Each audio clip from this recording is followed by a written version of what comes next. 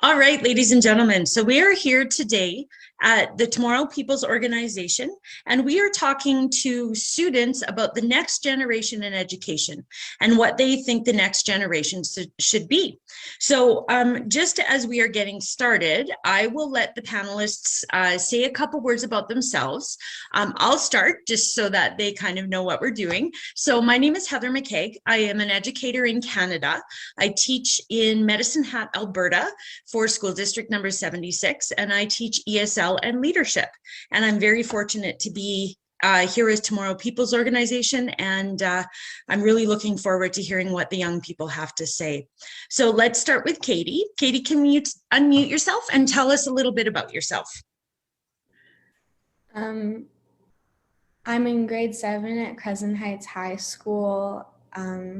As far as like other activities and stuff, I really enjoy music, and I play the guitar, piano, and clarinet, and I sing as well. Wonderful. Thank you. Zaira, please. Hi, I'm Zaira Miller-Shackleton. I go to Crescent Heights. I'm in grade 12, and my hobbies are sports, so I play volleyball and basketball. Wonderful. And you just got signed to a school too, didn't you, for a school team for college or university? Yeah, so I'll be playing volleyball in BC next year. Wonderful. Congratulations. Thank you. Alexa. Hi, my name's Alexa DiFrancesco. I go to the University of Toronto in Canada, and my majors are creative writing and French.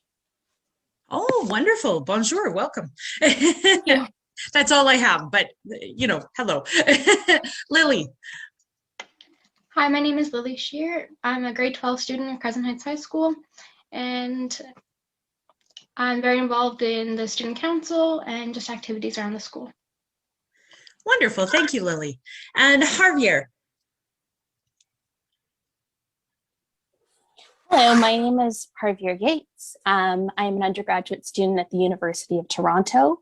I'm originally from Vancouver, British Columbia, where I began my undergraduate degree, which I've been working on for about 10 years. So I'm happy to be here and talk about my experiences.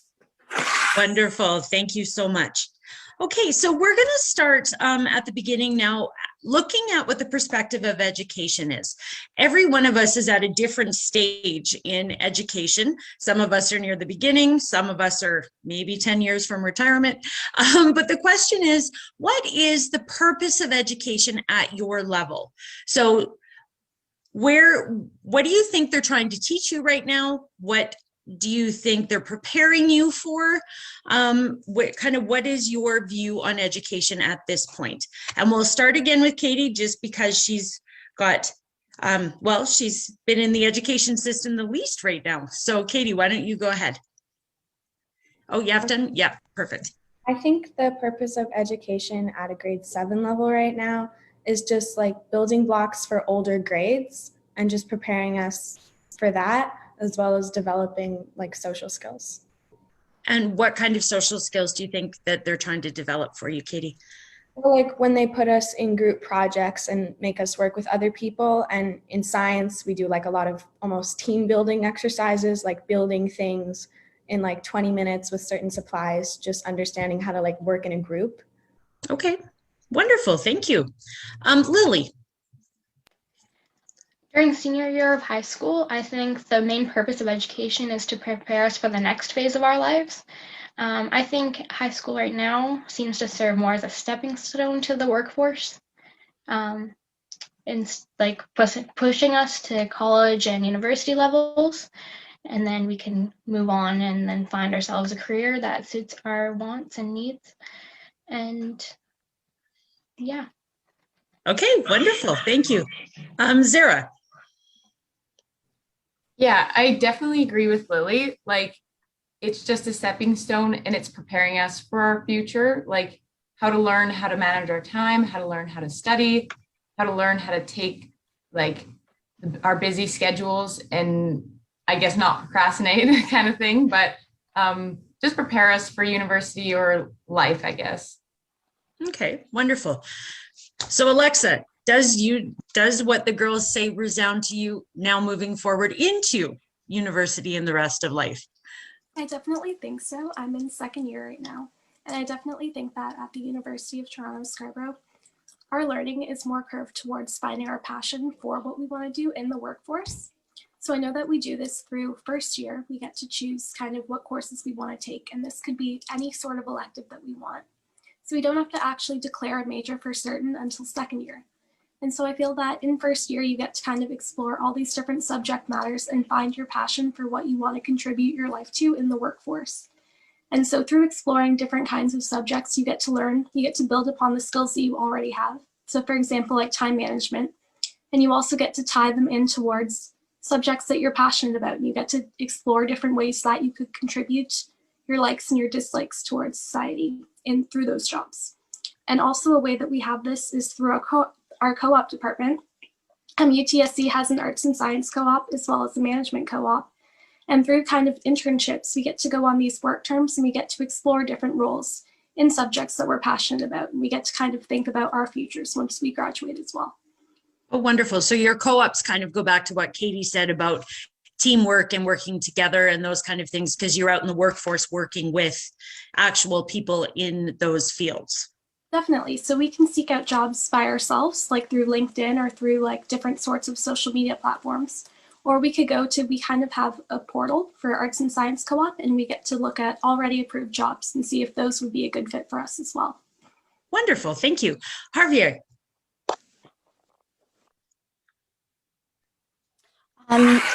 I wanted to talk about different areas currently that I'm learning, even after 10 years, because I genuinely believe that I continue to learn or improve the skills that I have. And so there's communication skills, which come in the form of written, spoken, or read. There's comprehension skills, which can be also tied in with communication skills, but they can also venture out into peer support, to supporting your classmates and relationship building with everybody you're involved with.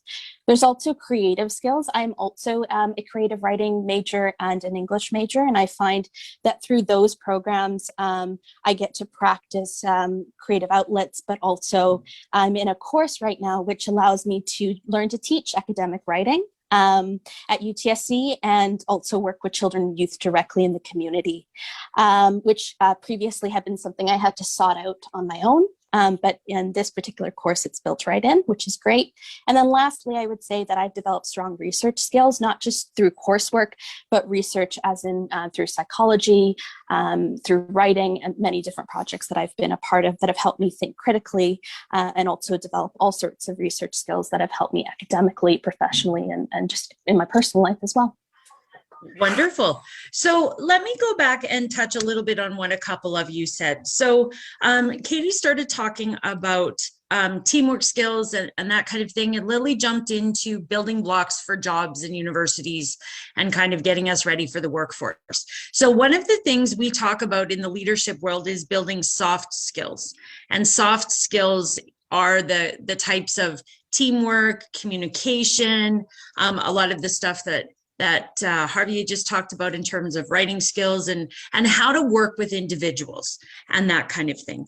Do you think that the education system is really getting us ready for the work world, for moving forward into society? Do you think that we're achieving those things, or do you think that there's a few more things that we should be working on in terms of that? Like, do you think there's anything that we're missing when it comes to that kind of thing right now? Zaira? So I think like by the time we get older, like for example, grade 12, it's more individual work. It's just tests and quizzes. So I find, like I said, it's more individual, whereas less people skills. So I think maybe we can incorporate more like group work, just personal skills, so that we can develop that going into the work world or university. So the building blocks Katie talked about need to be kind of filtered on through a little bit more, possibly into the high school level. Okay. Alexa, what do you think going into university? I remember my university experience, and we definitely were not working in groups for the most part. I definitely agree with that, with the statement. I feel that we do have a bit of group work in university. We get to work on kind of like essays or collaborative projects together in English specifically. I feel that there is a disconnect between high school and university sometimes though. So for me, from personal experience, I did core French in grade 12, which meant that I wasn't in French immersion. I just learned kind of like the basics. And the reason I took French in university was because I wanted to kind of build upon those skills. But I found that once I actually entered a French course in university, it was completely different structurally than what I was used to in high school. Whereas in high school, I was kind of like weaned into it a bit more. There was a mix of French and English, and I felt more comfortable expressing myself. In French in university, it was kind of just like you had to follow like the certain structure of the language. You weren't allowed to speak in English. So I definitely felt that my high school did not prepare me for that experience. For sure. For sure. Okay, so let's move on to our second kind of question. So I'm wondering what we think our education system is doing well right now. So we have people who I'm guessing were educated in British Columbia. We have people from Ontario, different parts of Alberta.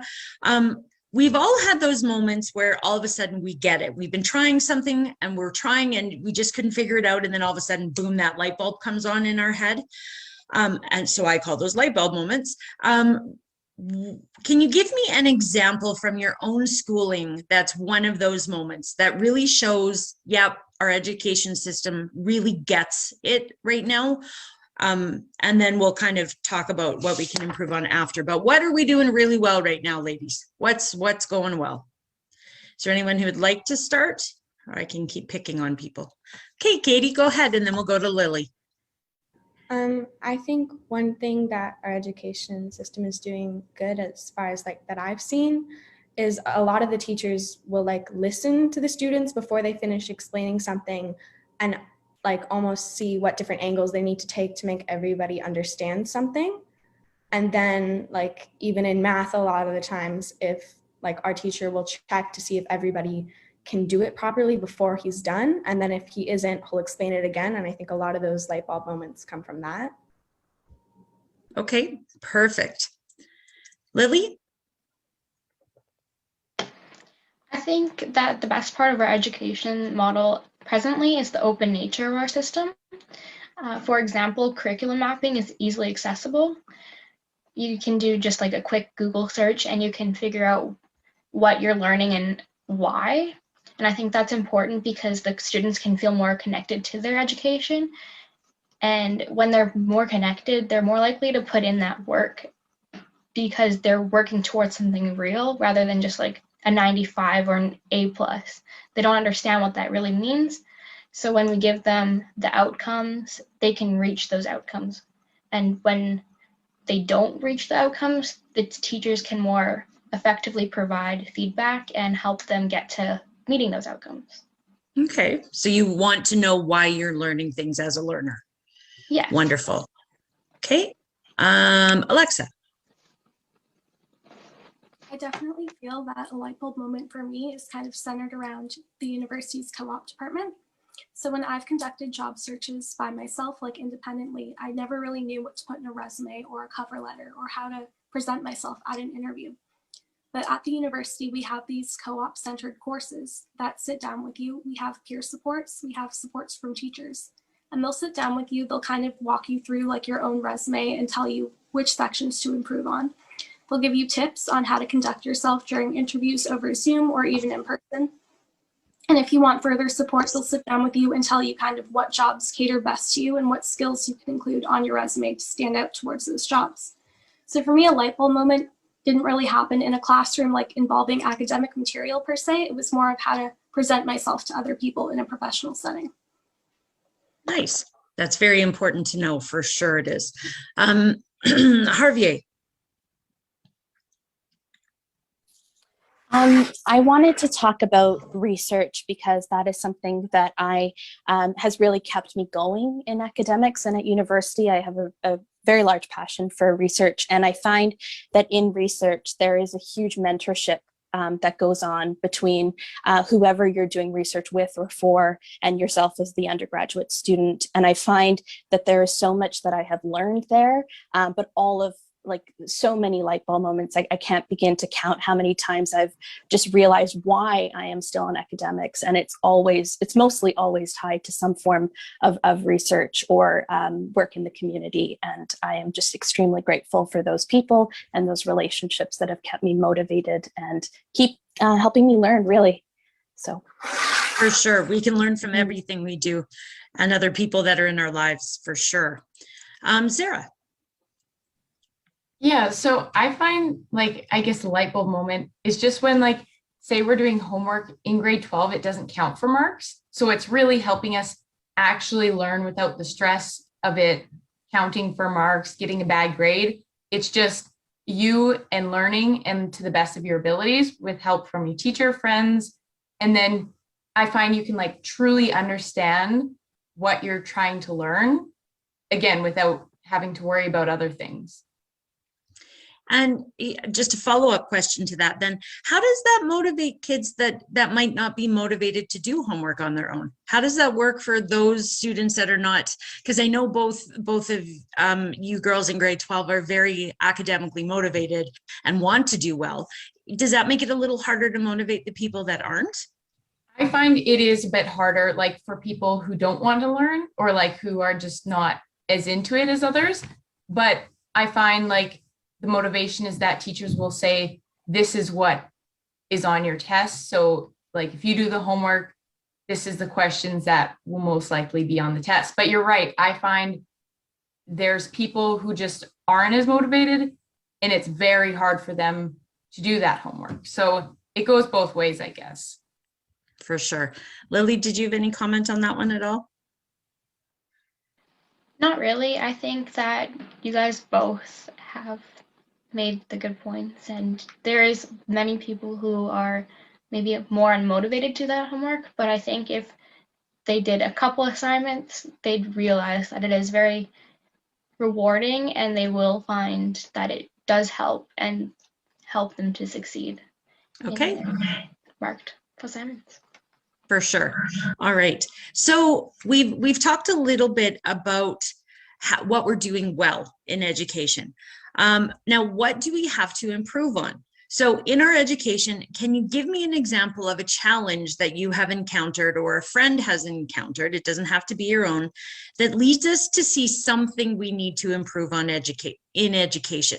This is very timely for those of us that are in Alberta, as we're rewriting the curriculum at a provincial level for our elementary students, and it'll be moving on up. So it's always good to see what students think about education and where it needs to go and what we need to improve on. And there's always room for improvement, right? Nothing is ever perfect. So what do we see that needs to be improved on?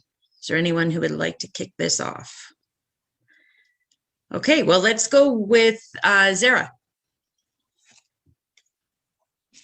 Okay, so I just find as I'm, like, in grade 12 trying to plan out my future, and it's just a bit stressful, obviously. So I find we had a grade 10 course, in grade 10, it was just about career life management.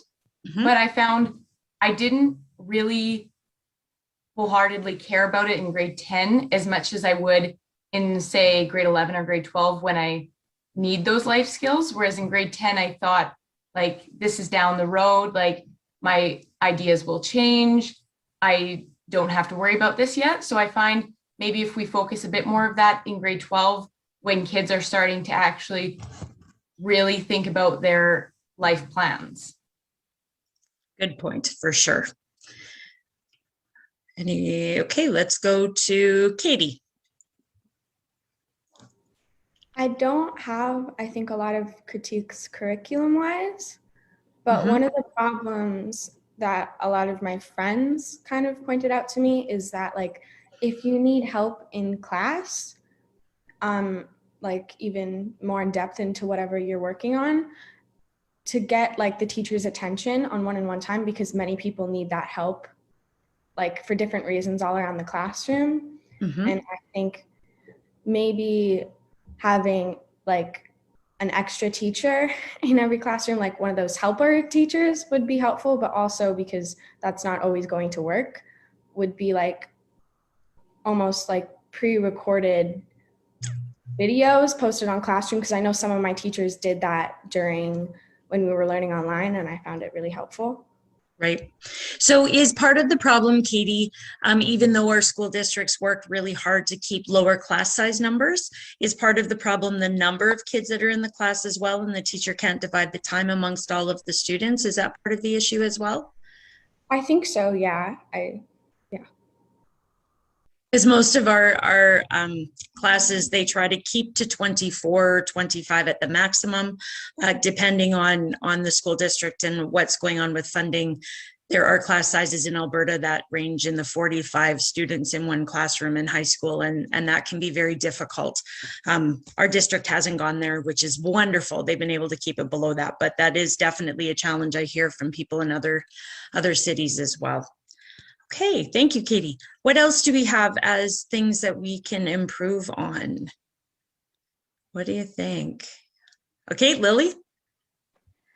I think we should focus more on mental health and just managing stress in general, because especially in like grade 11 and 12, you're putting more pressure on yourself to achieve those excelling grades, because you need to get those marks to get into the good colleges and good universities, because it's competitive programming.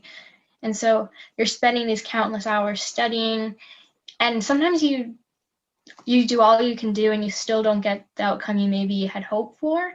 And so you kind of have to take some time out of your studying and out of that school life and balance it with the self-care and just take care of your mental health, because mental health is important. Without mental health, you really don't have too much. And so I think we need to have more information in the schools about mental health and how to manage it more effectively. Well, and that is definitely something in a high school curriculum that I don't believe we have once we leave comm class. So we really don't touch on that in Alberta. I'm not sure if it's touched on in other places in a high school level, but you're right, that's definitely something. And this pandemic has sure taught us that piece and that mental well-being and the balance is extremely important. For sure it has. Alexa. A challenge that I definitely faced going into first year, just going back to the class sizes, because I feel like most people don't realize what a big difference it can make, that it makes such a big difference even at a university level. So in high school, I took advanced placement English, which meant that I only had about 12 people in my class. So I was really used to kind of like that group setting. But going into university, my first English class, it was hundreds of people. I think it was about 200 to 300. And I thought that while I thought that I understood the material, I feel like my grades weren't reflective of that even at first. So I didn't know kind of where to seek that support from. I felt like I couldn't really go to my professor because she was in charge of hundreds of people. I didn't think that I could have kind of a one-on-one focused conversation with her.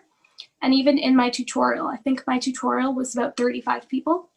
And so that's a lot of people to manage for my TA as well. I felt like she couldn't be a direct source of information to me. So for that reason, I was questioning my place in the English program for a long time. But my course after that, which was kind of the second part of that course, that was a very intimate group setting. That class was about 24, 25 people. And because it was kind of like a workshop-based session, whereas before it was like a lecture, I felt that my work could be critiqued in an intimate setting, and people could give me that feedback. The prof that I had, she was really focused on every individual and kind of meeting their needs and improving their writing.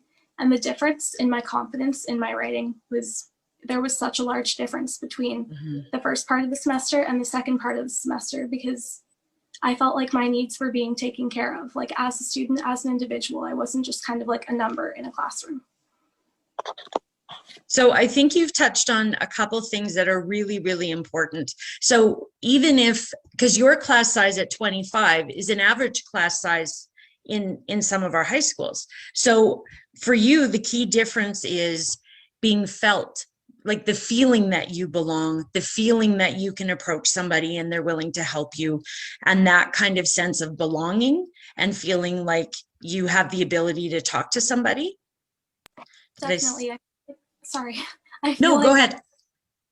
Feeling like you belong, whether it be in a program or kind of in a classroom setting, it does wonders for your confidence. It makes you not scared to approach every assignment. It makes you feel like you can put your best effort towards this and get a grade that's reflective of that. You don't feel like, oh, should I be in this classroom? Should I be in this program? Should I reconsider my options towards education or what level I'm in? You feel confident and empowered towards putting your best foot forward, and you feel like whatever feedback you get as a result of that, it won't be from a place of harsh judgment. It'll be from a place of wanting you to succeed in the future. Very much so. Harveer.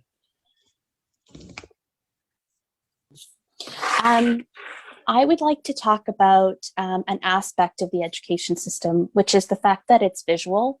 The education system is visual in the sense of reading, writing, screen, slides, anything even if you're making a presentation, there is still an aspect that's a verbal task, but there's still a visual aspect, whether you're looking at slides or your notes or anything like that. So most things are visual in the education system. I am someone that has struggled with my vision since I was born. And I would like to propose that the education system consider being more flexible, which would be a consideration of using other aspects of a person when they're learning. That could be auditory, verbal, more of a holistic approach in terms of their other senses and when they go to learn. I would like to say why I would like to push for that. It's because personally, I experience a tremendous amount of visual pain, which is extremely physical. And that has determined the course of my life, the duration of my education, and continues to affect my present and my future. And I want to talk about how it's also affected me psychologically. I spent 10 years in the mental health system because it affected me that much. I've since, worked through a lot of those things, and hugely because of supportive communities and assistive technology. But in my case, assistive technology has limitations because it is still screen-based and is still visual and still causes me difficulty. So I just want to draw attention to being aware that there are other ways to educate students, and they can help someone who has a limitation, such as myself. Definitely. And inclusion is something that we really need to talk about, and how we can include learners that have a variety of different things. Your points on even adaptive technology is visual. We use something called Read, Write, Gold with our students, but it's on the computer, and you have to be able to see the buttons to push them and that kind of thing. And if it's hard to look at screens, that again would make it much more difficult. We do have inclusion in Canada, where we have students with a lot of very different needs that are included in classrooms with your traditional learning going on. We've gone away from having individual classrooms for students with special needs.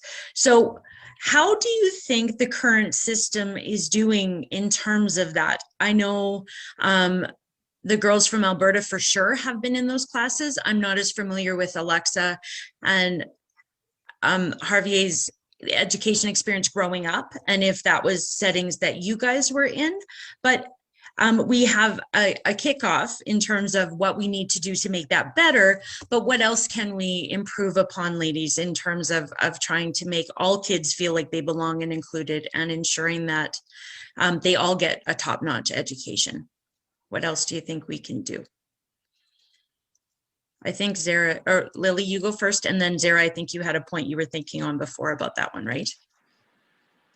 Hey, Lily?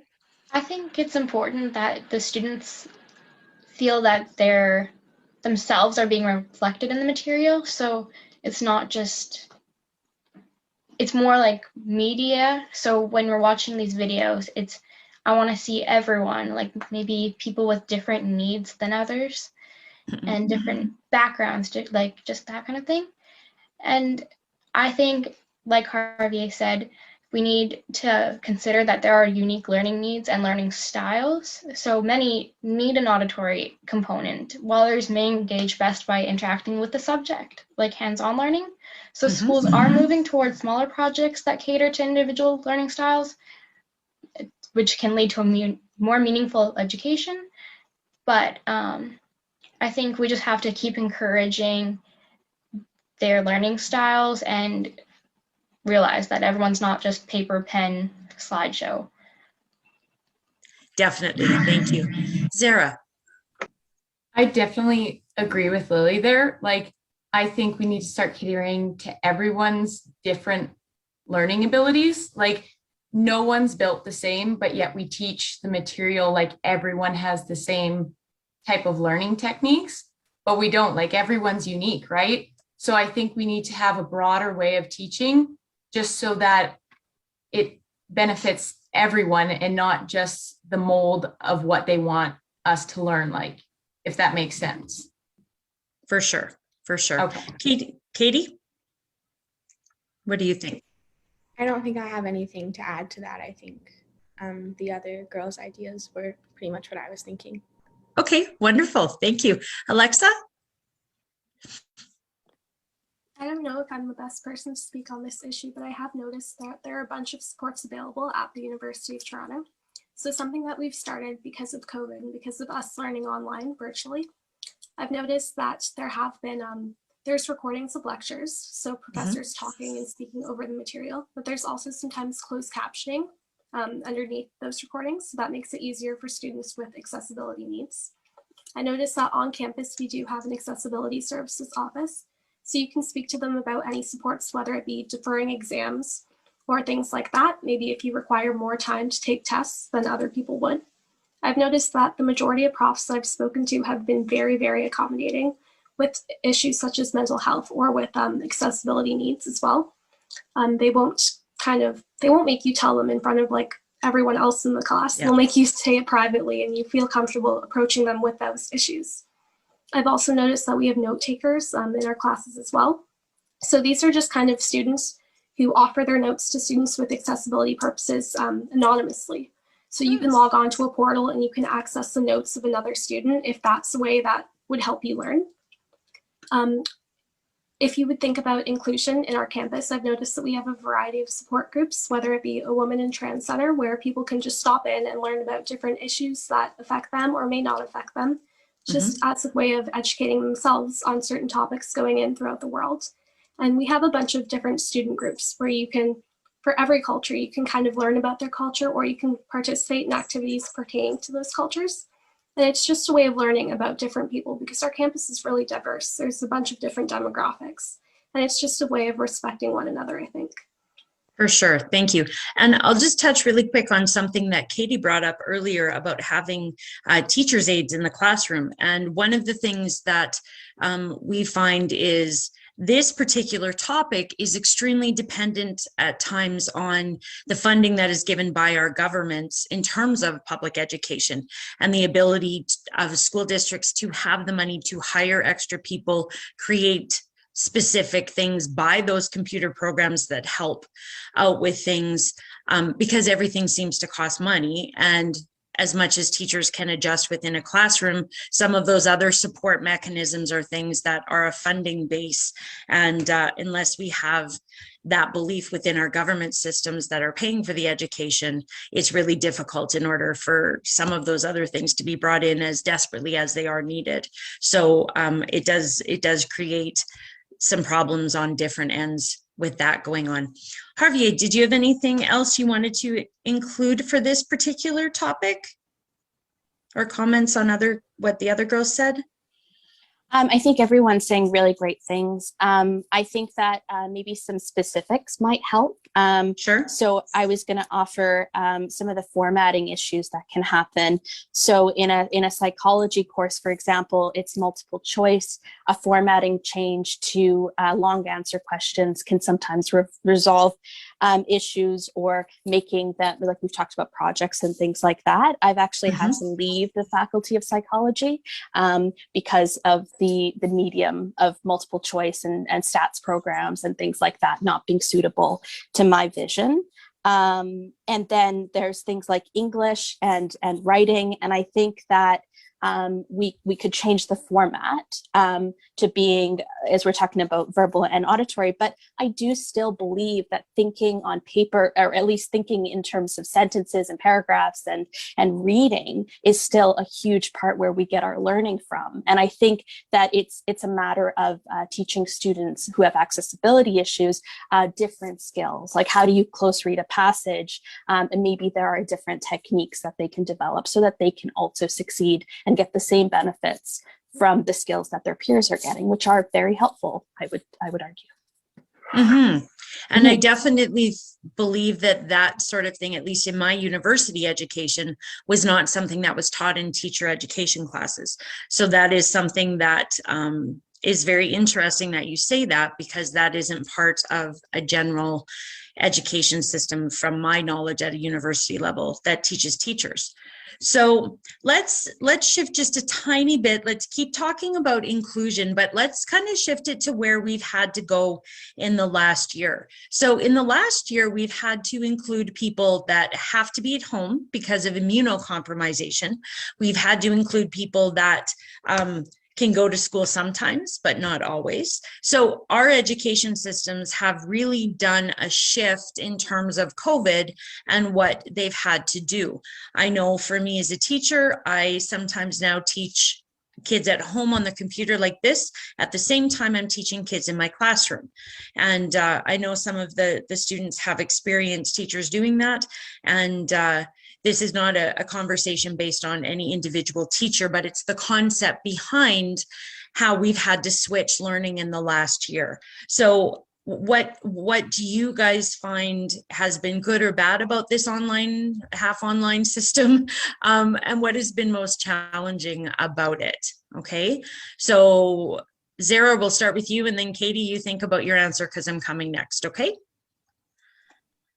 I just think that we need to accommodate, like Lily said, a bit more mental health, because it was a tough time for everyone, like students, teachers, parents, everyone, when it first started, and even now. And I think it's not really accounted for. I think we're just trying to focus on the school aspect instead of how people are really feeling and what they're dealing with at home, because it's been tough on everyone, right? Right. So I think that maybe we can start really getting to a personal level and just seeing how people are doing, try and engage them, just try and check up on their mental health, I guess I'm saying. So Zaira, would you say that would be based on personal conversations with the teachers, like just checking in with them? Is there other things you think we should be doing to try and to do that piece? Yeah, like personal, like conversations with the teacher would help, but I don't have an exact suggestion that could happen. But yeah, conversations, just a bit more engagement, maybe even, because right, it's just a log in, log off. So instead, maybe just more engagement, more talking, just to get out there, I guess, and try and, I don't know, keep up your mental health, I guess. Still feel a connection, even though we're in a disconnected world and in 5 different houses in 2 different provinces right now, that kind of thing. Yeah. Okay. For sure. Thank you so much. Katie? I think one thing that at least my teachers did pretty well, especially when we have to switch off to online learning, is just like being patient and understanding that everybody has different issues with internet and not everybody can do things at a certain time because maybe, like, again, their internet is acting weird. And I think they've done a pretty good job with just making the schedule like really flexible. And like, if you can't get it done at a certain time, you can come back and do it at a different time when it works for you. And I think that's probably something that I found really useful. Wonderful. And I don't have any really critiques. Okay, thank you. Alexa. So right now, the University of Toronto is completely online, I'm pretty sure. Because I'm doing a Bachelor of Arts and we're not deemed like necessary to go in, such as like different programs like nursing, I've been online since March. And so the way that I've kind of adapted with that, I've noticed that there are both synchronous and asynchronous courses at the university. So synchronous is when you would log on and you would speak in like a Zoom setting with like other people in your class. And then asynchronous is when you would be responsible for doing the work by yourself, and there would never be kind of a traditional class format. So I'm finding it also hard to connect to the material because it's all online. I find that asynchronous classes help me more because I can log on and talk to a teacher, whether it be through Zoom. At least I have that kind of like connection with them. As well as asynchronous courses, I don't feel like I don't feel connected to that class material at all. So that's led to me dropping those courses in some cases, just because I'll be like, oh, I'll do that work next week. I will study that material next week. And then the midterm comes and I'm like, oh, I cannot grasp this material. I've learned nothing from this course. And so I feel like it would be better for me and my mental health to just disregard it altogether.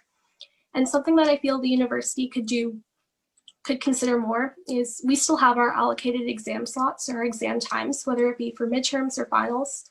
And I feel like that might not really be connected with what students are going through right now. I feel like we're trying to balance our lives through COVID. We're trying to balance learning online. And I feel like we can't always meet those times, especially because we have so many international students who are trying to learn from their countries and trying to learn online at times that may not work for them. So for me personally, my dad's getting eye surgery in a couple months. And because of that, I have to drive him to appointments. And I feel like sometimes those appointments, they kind of coincide with the work that I'm doing in class, like they conflict with the times that I have to be meeting on Zoom or times that I have to be speaking to people through a classroom setting. And so I feel that if we could come up with a way to have lectures at different times, not just offered on one time slot where you have to kind of be there or you lose learning that material, I feel like that would better connect with students and what they're going through right now. Fair enough. Thank you. Lily, did you have anything to add to this one?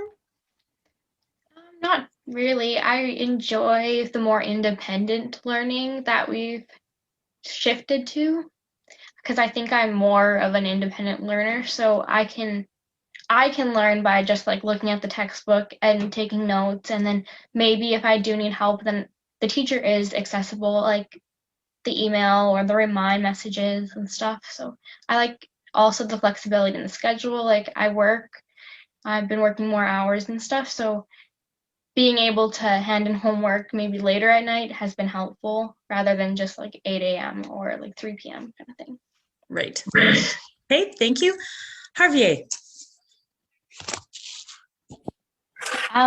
So I wanted to touch on two different aspects. So one is my experience as a student. I wanted to say that I've also really enjoyed the independent learning that I've gotten to experience. Perhaps it's just because of all the things I've talked about, but it's really worked for me, having my own space and being able to do it in a way that works for me. I also wanted to say that I really benefit from more than ever having the expectations, but also when things are due or less moving parts happening in a classroom, and knowing exactly what's coming next is just mentally being able to organize that. It has been really helpful because online is so overwhelming. So I've really, really enjoyed that when that's happened, and felt the absence of it when it hasn't, I guess. And so the other aspect of it that I wanted to touch on was I've actually had the opportunity to teach 6-year-olds during the pandemic through the course that I mentioned at UTSC. And I've tried myself to implement certain things that people have mentioned. So making it interactive, making it engaging, letting them have a peer connection with each other. It's a small group, so it's possible, and also giving them time to do that independent learning and giving them the time then to share and continue to build the relationship that they have with each other. So it's been possible to do with certain challenges, but definitely rewarding to teach on Zoom in my experience. Wonderful, thank you. Okay, so here's a kind of a bigger, broader world thing to think about. So a lot of times in our curriculum, things are very much based in academics and very much based in social English, math, right? That kind of thing, social studies, and looking at those particular topics. What is missing like, what are we missing? You guys have mentioned mental health, so we now know, and I've seen a lot of comments in the chat that even in Hawaii we have mental health that kids are asking for, that they want more mental health training. There's other things that I know some of you have mentioned to me in the past that we need to take a look at within our curriculums, because our world is changing and we have different things going on, and we have social justice issues and a lot of broader things that maybe we should be touching on in schools that we're currently not. So what of those kinds of things, the real life sort of things that we need to prepare our kids to deal with after school that we are not talking about right now that we really need to? Okay. Is there anyone who would like to start with that? Kate, Lily? I think a course that should be emphasized is media literacy. Although it was introduced my year of grade 9, I think it was such a quick course that we didn't get to explore all of what I would have wanted, because media literacy is becoming more and more important as we're moving towards like a more technological society. Mm-hmm. So media literacy is important because it teaches you how to be a careful consumer and not just believe maybe everything you see on the internet. And just because it's on the internet, there's more to it. You need more like credible sources. And I think it could even help in the job field because, as I said, we're moving towards more technology. And so there's research and development for many different software programs. And yeah. Are you, Lily, also referring to being a smart consumer of news, and not just media in terms of movies, but all types of digital media and print media too, for that matter? Yes, definitely. Because we don't even just have our textbooks anymore. When we have a question from an assignment, we're probably going to Google it because it's a lot faster than reading 10 pages from a textbook. So instead of clicking on the first website that comes up, you should be exploring all of these options and considering whether the website is intentional and the author's intent, because there's always a purpose an author has when they're making a website or putting out information. So we have to consider that too. No, very true. Very true. That's very good. Katie, what do you think about this one? What else do we need to talk about?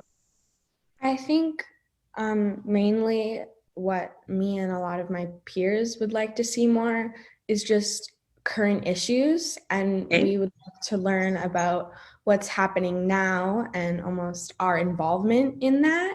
And I think a lot of the times it's just about what has already happened, and we like almost never talk about like the state of our society right now. And what kinds of things in the state of our society do you think would be interesting for us to be talking about at school?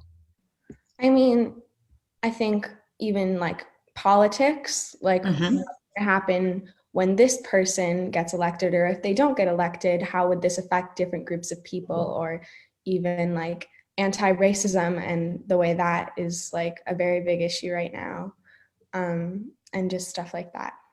Okay. Wonderful. Thank you. Zaira. Hi. So I'd like to build like on Katie's, because how she said like politics, nowadays politics, and I agree with that. Like personally, I'm not big into politics, but I think if we integrated that in like social studies, we could have more like the younger generation actually care about our politics and like bettering, I don't know, our country's needs in politics, I guess. So I think that's definitely something that we could include in our curriculum. And then again, just with that comm course, like just building up our knowledges just to go into future, like into university, into life after high school. So yeah. And a lot of the things in that comm course also deal with social issues, drinking, alcohol, drugs, sexual health, like those kind of things for people who don't know what comm is. And it is a a requirement for graduation in Alberta. So it touches on them, but you're right. Right now, in a lot of schools, it's being done at a lower grade level from where it initially happened. And kids don't clue in. I constantly see on Facebook, we should be teaching this. And I'm like, we do, it's a comm class. But people do miss it. So I understand that for sure. Okay, Alexa. I feel that something that's needed for myself is kind of an understanding of why I should care about my course material at this point in my life. I feel like so much of our curriculum, whether it be in high school or in university, it's always you learn this material so you can get this grade to prepare you for this class. So many of my classes right now are prerequisites to further classes that I'm going to have to take. So it's kind of like I'm taking these classes because I want to get myself to a certain point. I feel like I should be learning about why I should care about this class material at this part of my life. Why should I understand this material? Why should I be passionate about this material? How will it help me now as a second year student rather than when I graduate in 2 years? Like, why should I care about this course? Because it will impact me as a human being rather than it will help me get this job or it will help me get to this stage in my life where I want to be. I want to feel connected to what I'm learning. I don't want to feel like it's a stepping stone to learn something better. For sure. Thank you. And Harveer, you're amazing at wrapping things up. So would you like to wrap up this question for us?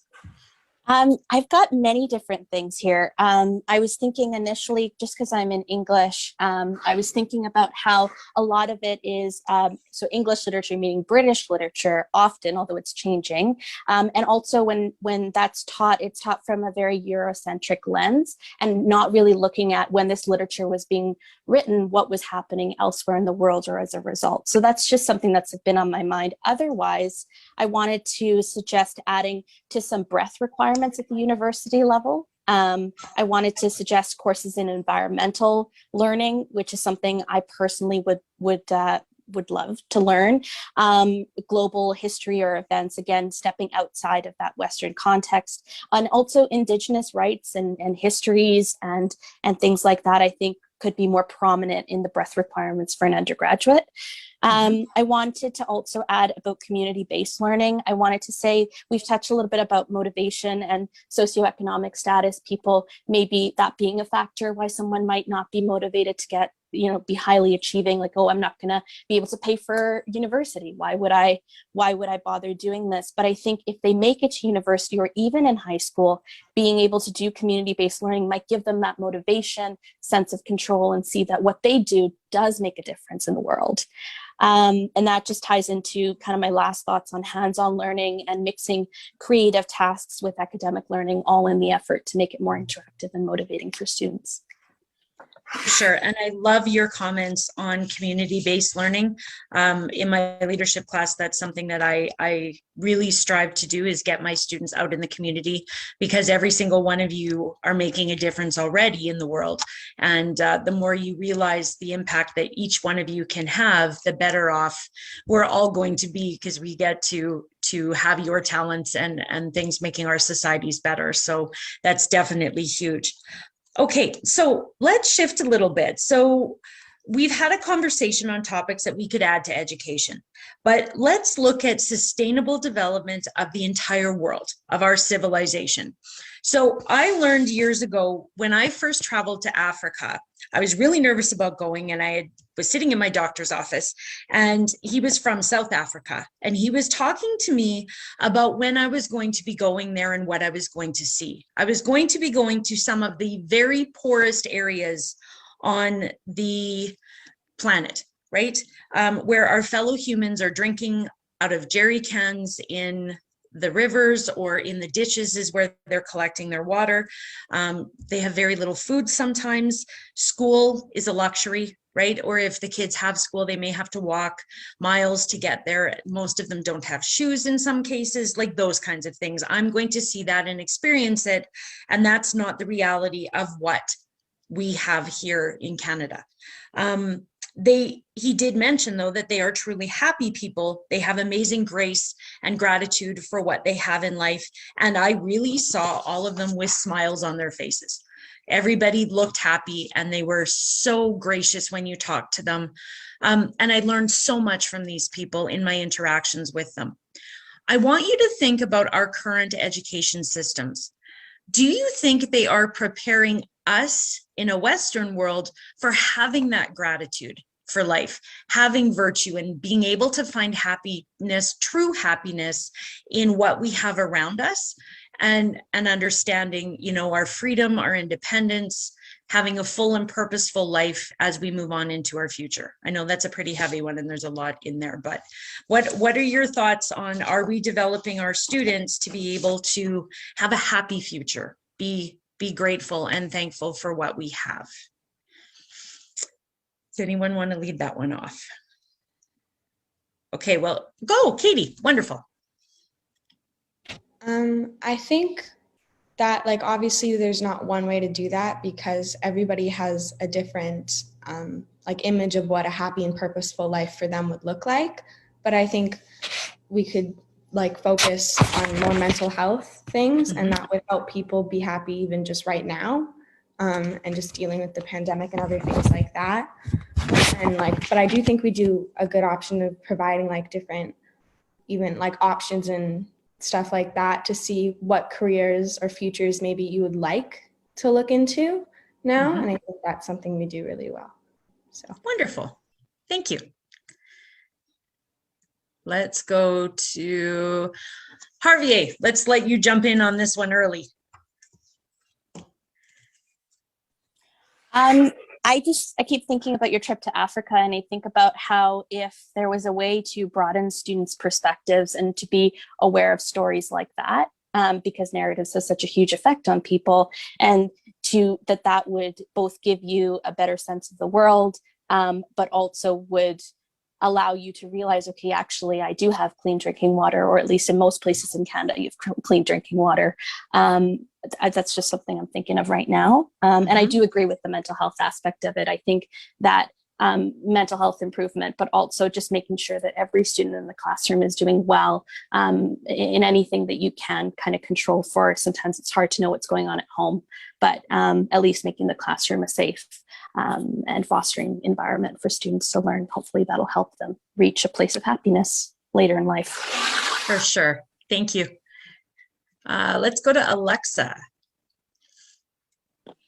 With regards to gratitude, I feel like that's very easy to forget about in a university setting sometimes. And the reason for that is because I feel like university can be very competitive at certain points. So for example, you're always competing with people in your program when it's first year and you want to get into the program that you want to be in second year.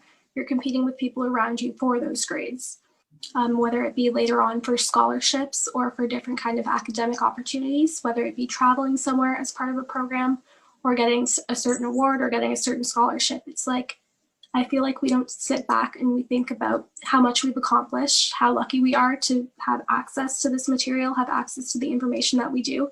It's kind of, we look at it as something we have to absorb mindlessly sometimes, like just to get us to where we want to be in the future. And so I feel like it's really hard sometimes, even now, especially for people who aren't as academically motivated, people who pay the money and struggle with the material. They still have to earn the 50% in the class to get the credit. Sometimes you pay the money and you don't get the credit that you've paid like $600 to get. And so when you're doing that, I feel like you don't sit back and think about how lucky you are to have this education because you're putting so much effort into obtaining it, kind of, into appreciating the material around you and passing those tests, passing those exams. I feel like definitely gratitude could be something that's emphasized in the curriculum going forward. For sure. Thank you. Lily and Zaira, which one of you would like to tackle it next? Okay, Lily. Zaira, that means you're wrapping it up. I do not think that our current system has made adequate progress in the area. I think we should push our youths towards finding their passions, because when passion is involved, it drives people toward those positive feelings such as happiness. And when they find that happiness that they're looking for, they're willing to gain more knowledge and put themselves on a path of continuous learning, which is super important. Continuous learning has been found to expand your lifespan, which is amazing. So I think our current system does have some direction in that, where we can choose some options that we would like in addition to our core subjects. But I think providing students with these unique opportunities to pursue their interests can spark a new kind of gratification for their education, because it's not always, they're not appreciative of getting up early to go to their lessons, and they don't want to spend their time doing homework when they could be playing video games. So I think pursuing passions can help them feel more gratitude towards their education. For sure. Thank you, Lily. All right, Zaira. I really like what you said there, Lily. Like, I agree definitely that if we have a passion for something, we'll definitely work harder. Like, for example, I think a lot of kids like take education for granted here just because everyone gets it, like it's just a normal thing. But I think if it's something like Lily said, we're really passionate about, we want to do, like, it'll give us that extra drive to want to be there, to learn, and to be grateful, I guess. For sure. There was one time I was given the opportunity to listen to one of our Canadian senators, Romeo Dallaire. And Romeo Dallaire was also the United Nations commander in charge of the Canadian forces in Rwanda when the genocide happened there.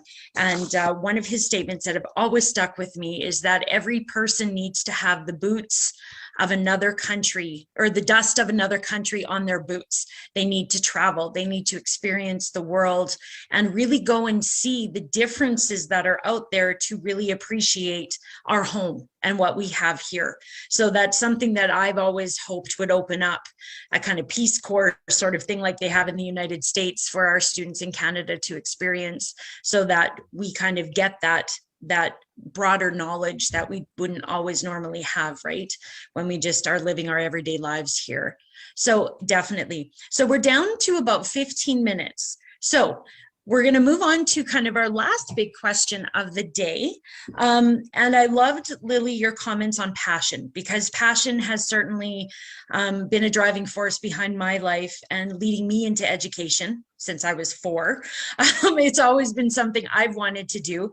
And I want each one of you to be able to have that passion in your life toward your career and your futures.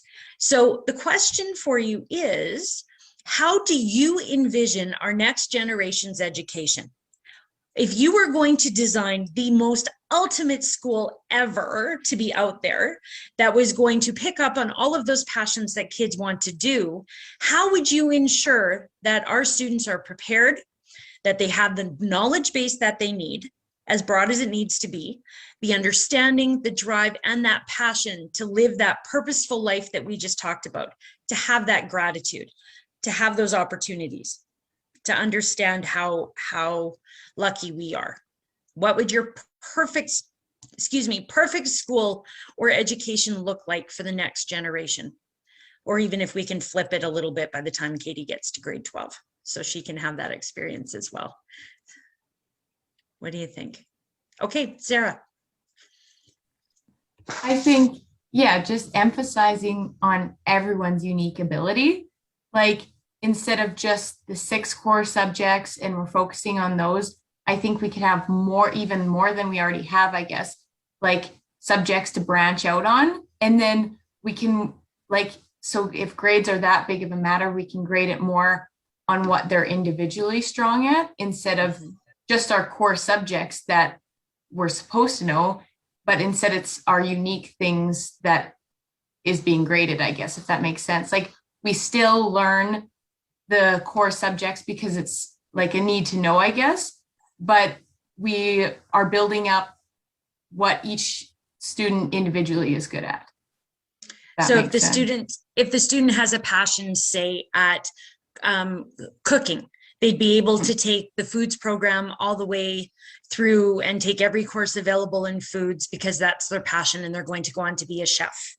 Right. But then at the same time, they'll still be taking the other classes, but it'll just be more focused on their uniqueness or foods, I guess, if that's what it was. Right. Their passion. Mm-hmm. Okay, good. Wonderful. Thank you. Who would like to go next? I'm leaving this one a little more open. Okay. Lily, thank you. So I think the pandemic has transformed education as we once knew it. When we started the emergency learning, I think it became apparent to me that there should be a variety of spaces that learning takes place in. So this could be done by combining virtual and physical locations like we have started to do. I think resources would be better spent on experiential learning. So going on field trips at the primary level is simply not enough because high school students could also benefit from these hands-on learning experiences. So during high school, you're expected to pick a career path based off of some career fairs or what you see on the television, but it's not just what you see on the television. There's going to be parts of a job that you're not going to like, but you have to figure out if those parts of the job that are less fun are worth the more rewarding parts. So I think field experience would be really I think it'd be a really good thing to do because these students are going to be spending thousands of dollars going to their secondary programs. So taking students out of the classroom can help them discover their passions, leave them with these key skills that can guide them towards the rest of their lives, and they can become involved in the society and make those connections that are going to be important for them later on, and then they can ultimately lead a happiness and fulfilled life. So almost have some of those co-op type programs in high school, at a high school level. Yeah, like we need to get more out in the real world. And I know that's kind of more difficult with a pandemic happening, but there are still opportunities that should be available to us. For sure. Okay. Awesome. All right. Let's go to Katie. Katie, what do you think? What is your ultimate school in the future? I think I think what Lily and Zaira said already was like pretty ideal, like being able to follow your passion and also get out of the classroom. Besides that, I really just think maybe smaller class sizes, which is kind of hard to achieve with budget and like pre-existing buildings. Right. But, yeah, that's all I had to add, really. Okay. Thank you. That's wonderful. Alexa. Something that I feel like I would stress immediately in elementary levels is that all subject matters should be regarded equally. Like whether you're good at arts, whether you're good at science, like they should be, oh, you're good at this, that's amazing, let's help foster that, rather than being, oh, being a doctor is more important than being something else. I feel that because of kind of that stigma that goes around in what you're good at kind of shapes your job availability in the future. If you're more artistic, like maybe you won't be able to find a job as easier. That kind of shaped my reasoning in choosing courses in grade 12. I was originally going to go to U of T's, public policy program, because I felt like I could get a career if I was interested in English. So that's something that I would definitely focus on in lower levels of school. In university, we have these courses where our electives can be credit, no credit. And what credit, no credit is instead of an actual grade, you would receive a grade of a credit if you're above 50%. Excuse me, sorry. And you would just receive a grade of no credit if you're below 50%. And I remember in first year, one of my professors told me, oh, I think this should be implemented in all courses, whether it be electives or non-electives. And as controversial as it may be for some people to kind of wrap their heads around, I kind of agree with that because I feel like if I was given a grade of a credit, I wouldn't be completing the material just to complete the material. I would want to learn and I would want to spend that extra time understanding an assignment. I wouldn't kind of be like, oh, I have to get this in by 11:59, like just so I can get a good grade on it. I would kind of sit down and read things that I'm very passionate about, read materials that I'm really passionate about because I'm in English. And I would kind of reflect on those materials in comparison to my own work and my own life. So that's something that I feel like we could definitely consider moving forward. And just as Lily was saying, also more field-based learning and kind of getting into an environment, because I do agree that field trips aren't enough. And especially in university, at U of T Scarborough, you choose to be in a co-op program, like you would apply to that program in grade 12. But I feel like there should be a co-op aspect of all university programs, just so you know what kind of workforce you're going into and you're better prepared for the job that you're learning about on paper, but you don't necessarily have the experience for. Wonderful. Thank you. So Javier, we have probably about 2 minutes left. If you would like to wrap up this one for us. Sure.